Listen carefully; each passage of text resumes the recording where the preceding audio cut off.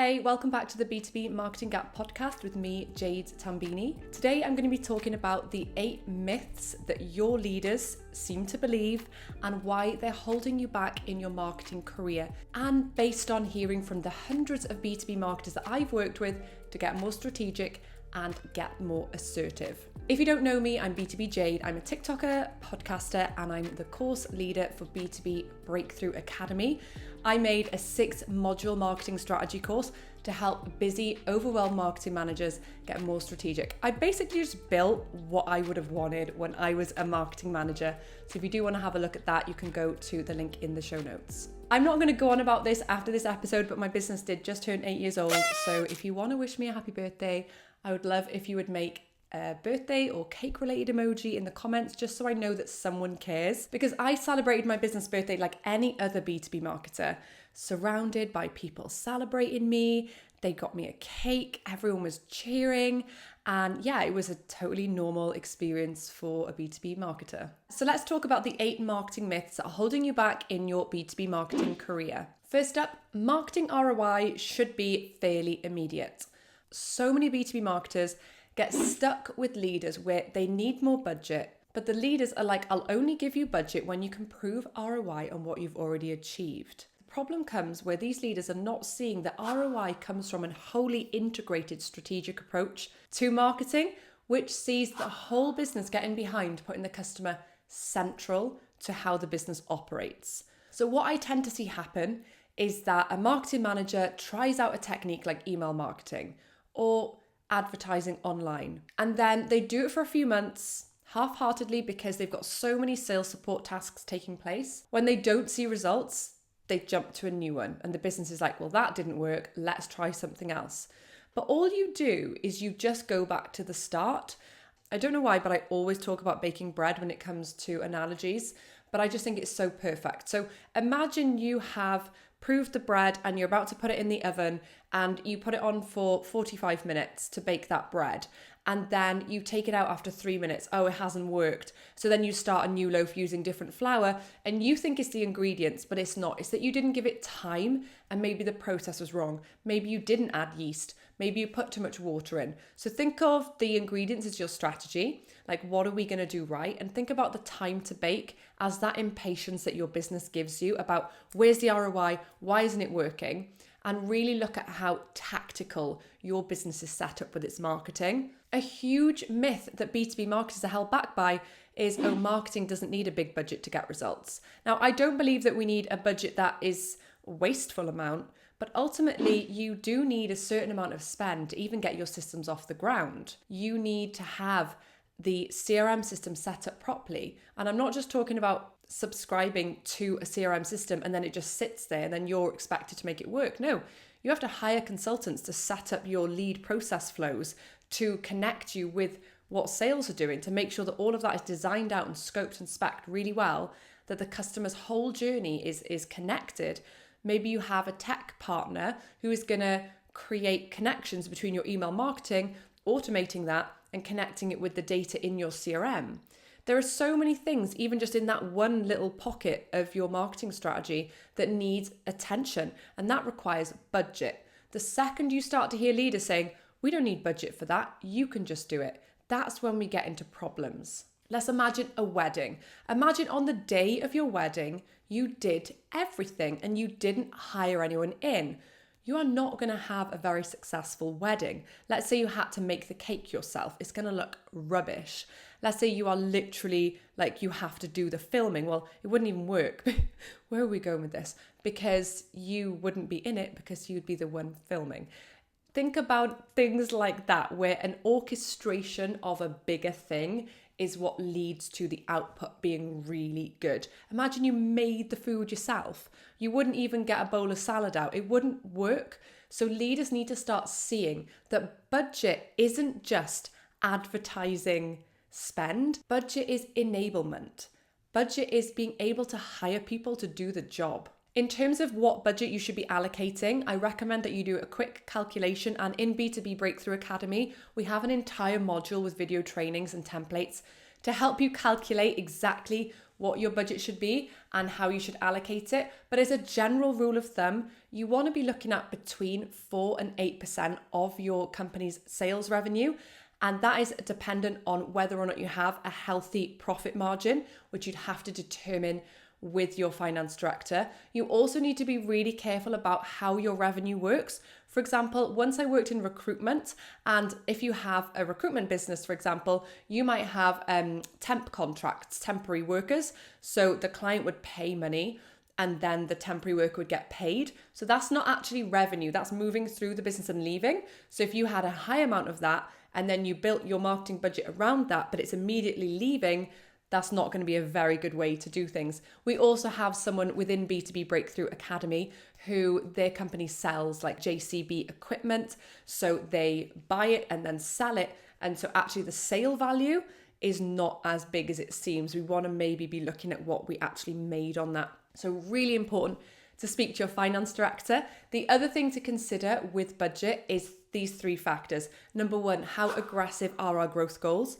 Number 2, how ambitious are our competitors? Are they really going for it with taking work from us? Are there loads of them? Should we be scared? And the third one is how recognized and established we are in our market. Does everyone know us? Does no one know us? Are we new to our territory? Those 3 things will help you determine where your budget should sit on that slider.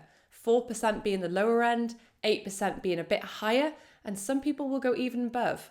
Last year, I spent a significant percentage of my sales revenue on setting up B2B Breakthrough Academy. I hired tech experts.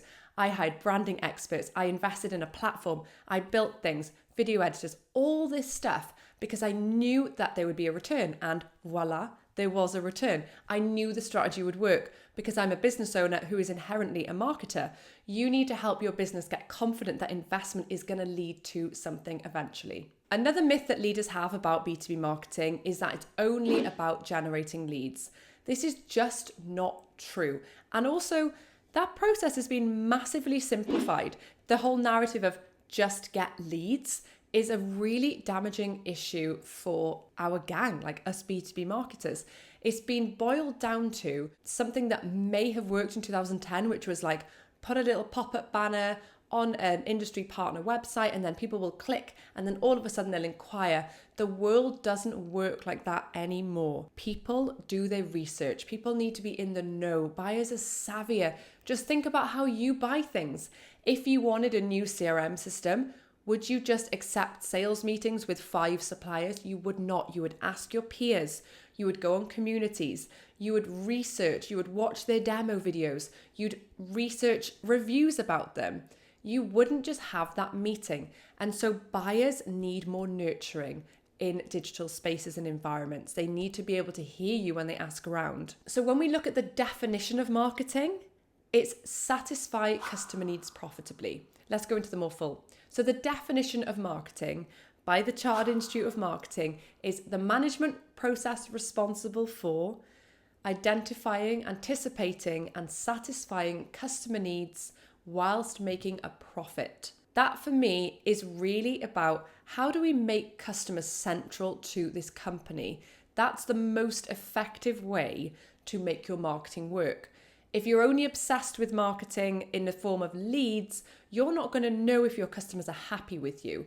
We're the insight team. We need to know, how do our customers feel about us? So marketing is about way more than leads, but if you can find out what your customers want, what they care about, what they like, what they don't like, you can then help your business take those insights, rally around it, find out what's weak about the competitors, get stronger in those areas, make that into your messaging, really attract people in by purely being a great business, get this business to be customer centric, and yes, then adopt lead generation techniques to attract people in with the right messaging, with the right outreach, with the right marketing strategies.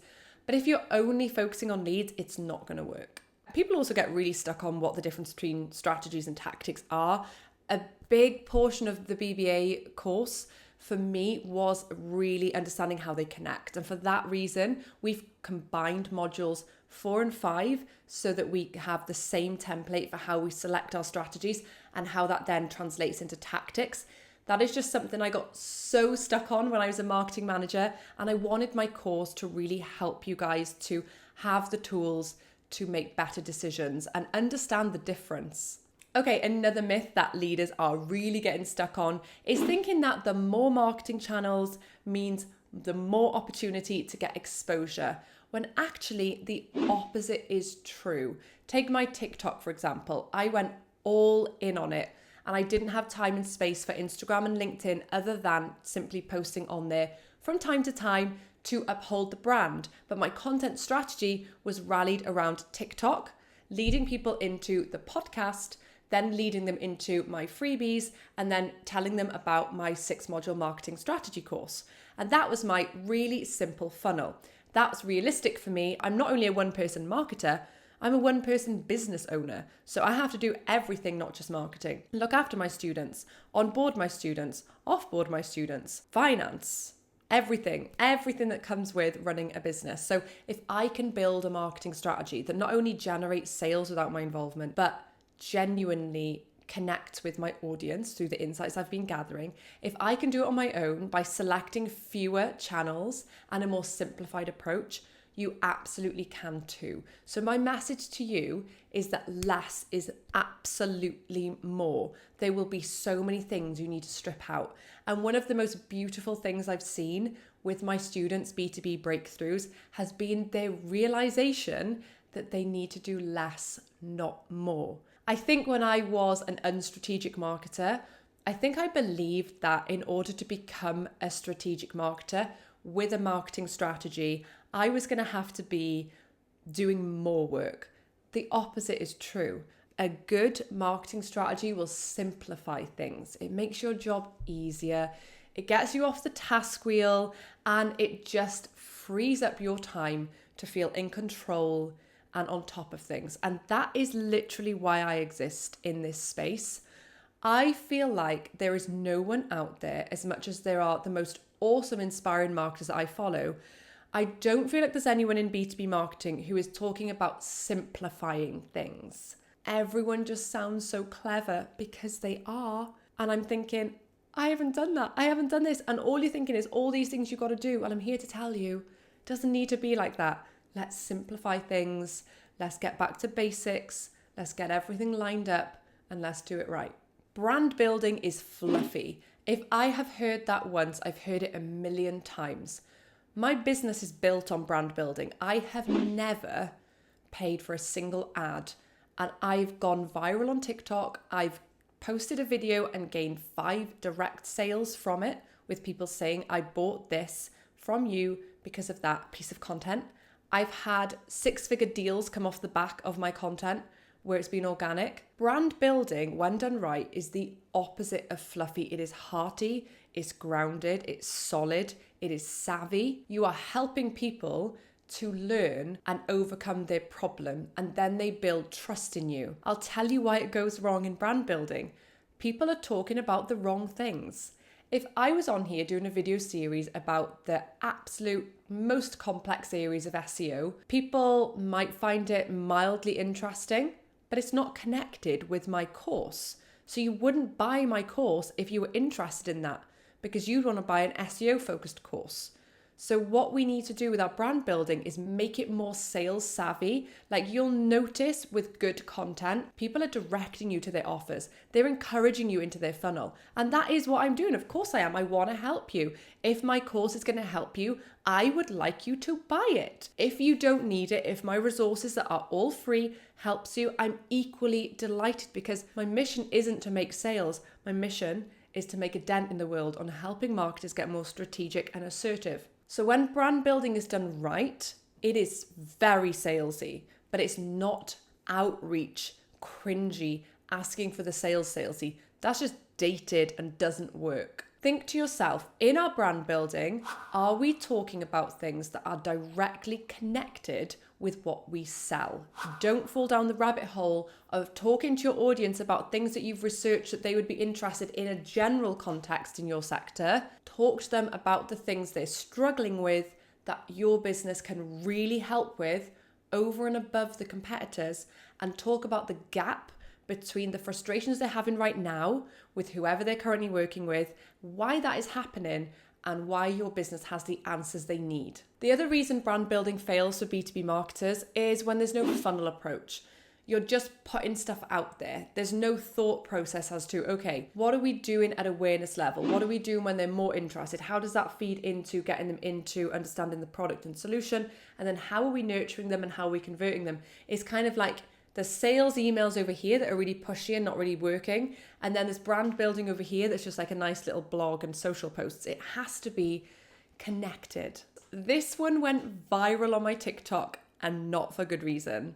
A big myth in B2B marketing is that people buy from people. Yeah, I said it. People do buy from people, but not in the traditional old school way that people are making it out to be. So if we suggest like, okay, let's do a webinar series with our subject matter expert, let's put out valuable content that nurtures our audience, let's send out helpful guides, explainers. What people don't realize is that that is people buy from people. Also, the way that they're seeing it is people buy from people sitting in front of them.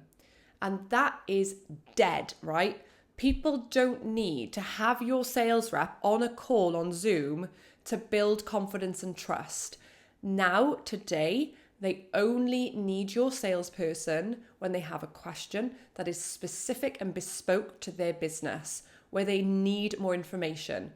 People are not dead in the process because there is nothing more frustrating than going the whole way through a process with figuring out who you want to work with. And then you do just want to speak to someone. I want to speak to someone. I want to speak to them now. And you can't get hold of someone. And there's a robot chat. Robot chats can be great for certain things. But when you want a human, a robot is so annoying for now. So absolutely, people are still part of the process.